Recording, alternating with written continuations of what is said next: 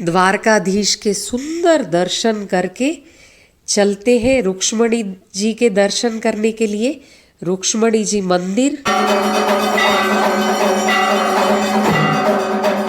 आपको सुनने में आश्चर्य जरूर होगा, लेकिन ये सच है कि भगवान श्री कृष्ण और देवी रुक्मणी को छोटी सी गलती के कारण विवाह के कुछ ही दिनों के बाद 12 साल तक एक दूसरे से अलग रहना पड़ा था।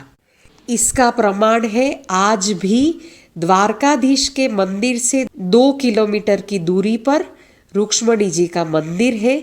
एक अलग हिस्से में ये मंदिर बना हुआ है।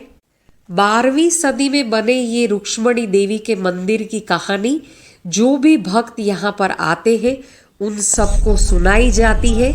भूल की वजह से श्री कृष्ण और देवी रुक्ष्मणी को अलग रहना पड़ा था। कहते हैं द्वारकाधीश के दर्शन करने के बाद जब तक रुक्ष्मणी देवी के दर्शन नहीं करें तब तक ये यात्रा संपूर्ण नहीं होती है। तो कहानी क्या है ये?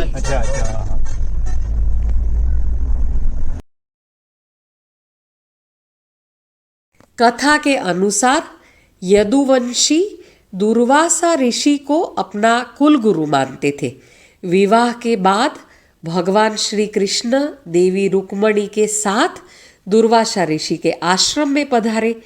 दुर्वासा ऋषि का आश्रम आज भी द्वारका से कुछ ही दूरी पर स्थित है। भगवान श्री कृष्ण ने गुरु दुर्वासा को महल में आकर भोजन ग्रहण करने और आशीर्वाद देने के लिए आमंत्रित किया।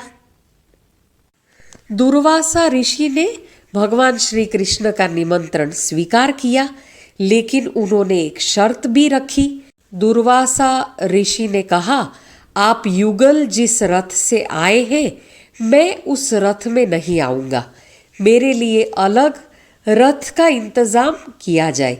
श्री कृष्ण जी ने उनकी इस शर्त को सम्मानपूर्ण स्वीकार कर लिया। एक ही रथ होने की वजह से भगवान श्री कृष्ण ने रथ के दोनों घोड़ों को निकाल दिया और उनकी जगह श्री कृष्ण और रुक्ष्मणी स्वयं रथ में जुट गए। इस रथ पर दुर्वासा ऋषि बैठे और भगवान श्री कृष्ण देवी रुक्ष्मणी के साथ रथ खींचने लगे। रास्ते में देवी रुक्मणी को प्यास लग गई। आ मंदिर अंदर हूँ धजा अमरा वंश परंपरा वगर सीढ़ी एमने बाणो पकड़ीने ऊपर सीढ़ी वगर धजाजी चढ़ावू छे। જેમ કે આપણે તમને કહું દીદી કે આ લોકોના વંશના જ આપણે દ્વારકાધીશ મંદિર જગત મંદિરનું ધ્વજારોહણનો અધિકાર વર્ષોથી આ અબોટી બ્રાહ્મણ છે એનો છે અને આજે પણ દ્વારકાધીશના 5 ધ્વજા ચડે દિવસની 5 ચડે દ્વારકાધીશ ચડે એટલે ઈ પણ અબોટી બ્રાહ્મણ જ ચડાવે એટલે આ લોકો અહીંયા પણ આ ભાઈ છે અબોટી બ્રાહ્મણના દીકરા છે એટલે એને અમે આ ભગવાન દ્વારકાધીશને રૂક્ષ્મણી માની આ સેવા ભાઈ કરે છે રોજ ધજા આયા 10 ની બદલાવે ને તો કોઈ એજ ઓછી ચડે છે કાનુડાને રોજ 5 ચડે રોજ 5 ચડે 12 દિવસમાં એકવાર ચડે એમ નક્કી ન હોય।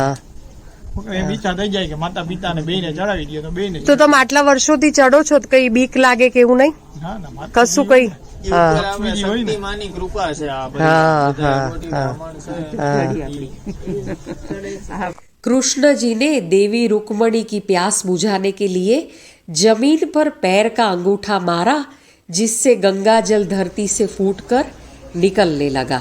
गंगा के जल से रुक्मणी और कृष्ण ने प्यास बुझा ली, लेकिन ऋषि से जल के लिए नहीं पूछा।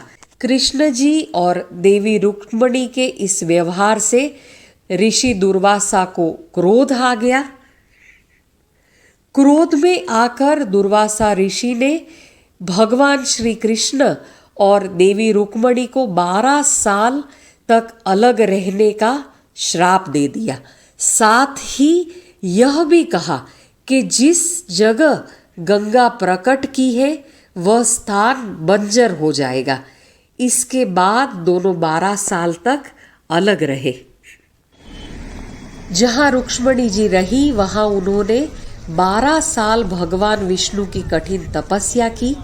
तपस्या से प्रसन्न होकर भगवान विष्णु ने रुक्मणी जी को श्राप मुक्त किया। दुर्वासा ऋषि के श्राप के कारण ही यहाँ पर जल दान किया जाता है। जल दान का बहुत महत्व है। कहते हैं यहाँ पर जल दान करके पितरों को भी मुक्ति मिलती है। वो जो जल यहाँ पर हम दान करते हैं उसकी जल प्राप्ति पितरों को होती है और वो मुक्त होते हैं। तो ये है कहानी ये रुक्मणी मंदिर की। जय द्वारकाधीश। द्वारकाधीश हम सबकी मनोकामनाएं पूर्ण करे।